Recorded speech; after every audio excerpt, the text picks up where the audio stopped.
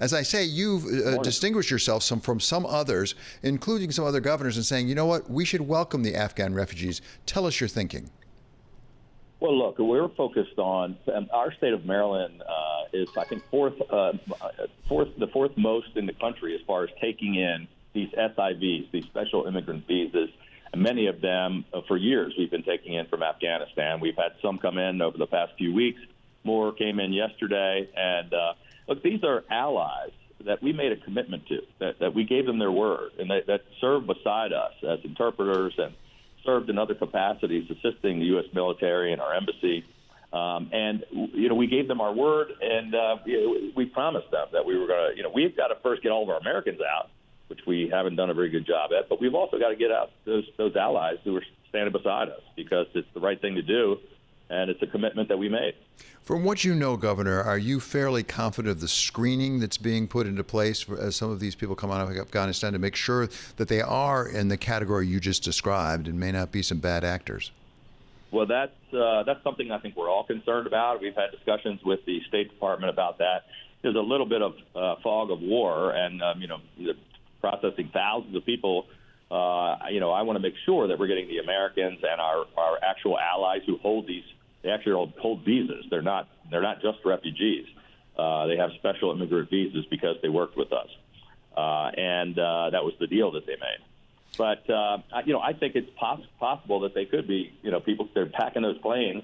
They're not doing the screening in Afghanistan, but they're going out to, I think, 13 different countries and doing some of the screening, and then I believe bringing them into 4 different military locations around the United States to do that processing before they're actually sent out to the states. Which when we get notified after they've been processed, after they've been vetted, and when they make a determination that they're going to send some to our state, and we're happy to do our part for these allies that deserve it.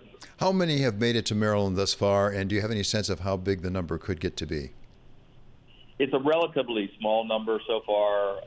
I think just over 100 or so, and we got 12 in yesterday. I really can't speak to. There's not been a lot of communication from the State Department. I think it's a little bit of confusion, both in Afghanistan and here, as to what the numbers are and how many of them and what the timeframes will be. So one of the reasons I think people are concerned about it is, of course, COVID. We're worried about people coming from anywhere outside the country, or outside the state for that matter. Give us an update on where Maryland stands on COVID right now. I know that your cases were coming back up, although I think your positivity rate is coming back down again, is it not? Well, we've got the second lowest case rate and second lowest positivity rate in America, because we've been taking every precaution over the past 18 months. We have vaccinated more than 80% of our adult population, 18 and over. We've vaccinated just under 95% of our population, 65 and up. So we're one of the most vaccinated states in America with one of the lowest case rates. We did have a slight increase from where we were at our very low numbers. It's starting to level off. We are still concerned about this Delta variant and the fact that it's hitting some younger folks, and that it's in some cases people are still getting the virus even though they're fully vaccinated. But nearly all of our hospitalizations are folks that are unvaccinated, and all of our deaths, sadly, are the same. So we're still fighting it every day and watching the numbers and listening to the experts. But we've had 15 straight months of job growth. We've had our economy fully reopened since last July. More than a year ago. We have one of the best economic recoveries in the country, and also one of the best COVID recoveries. So we're going to hope that we can continue to do that and not experience some of the problems that are happening in other states where they're not vaccinating a larger number of people and they have overflowing hospitals. So, Governor, I suspect there are a lot of people listening to this who say, okay, high vaccination rate, a low number of cases, that sounds pretty good. So how did you do it? Could people go to school on you? Yeah, well, our schools are, some of them are opened just last week. Some are opening next week and the following week across the state. Different school districts make different decisions, but we're going to have all of our kids back in school. We've had all of our businesses completely open. But we have had, and we don't have a statewide mask mandate. We used to, and we lifted that earlier in the summer. But we are still strongly recommending, the use of masks, especially if you're indoors and you're unvaccinated and you're in close contact with people. It's people are following the advice. Even though we don't have a mandate, we're the fifth highest mask usage of any state in the country. So people are being safe. They're getting vaccinated. They're trying to stay out of harm's way. But in spite of that, as you mentioned, we're seeing some increases, and we're still getting people sick, and sadly, we still have people going in the hospital. It's just at much smaller numbers. So no mask mandate, but also no mask prohibition. We have some governors who are prohibiting masks, such as Mr. DeSantis down in Florida. Is that just Florida's a different state from Maryland because it's in a different place, or do you respectfully disagree with his approach? Well, I respectfully disagree. I don't usually wade into Florida politics, but Florida and Texas right now are responsible for 40% of all the new hospitalizations in America. They got overflowing hospitals. They're at the peak of the virus. We're about 90% down from our peak last year. In many cases, 70% in other stats. They are at the very peak of this. And, I understand the folks saying they don't want to mandate that people have to do this and have to do that, but they're mandating that people can't do it, which doesn't make any sense. I mean, there's duly elected local school boards that do have the power to make those decisions for themselves. There's businesses that should be able to make their own decisions. I mean, they talk a lot about freedom and not wanting mandates, but they're mandating that businesses and schools and local governments do exactly what they tell them. And to me, it's kind of a basic, traditional, conservative Republican principle that you want the local government at the lowest level making those decisions where they're on the ground closest to the people. Pfizer and BioNTech made news just today saying that they're seeking now authorization from the FDA for a booster shot for people who have already been fully vaccinated. If, in fact, they get that approval, are you staffed up in Maryland to administer booster shots to people who are already vaccinated?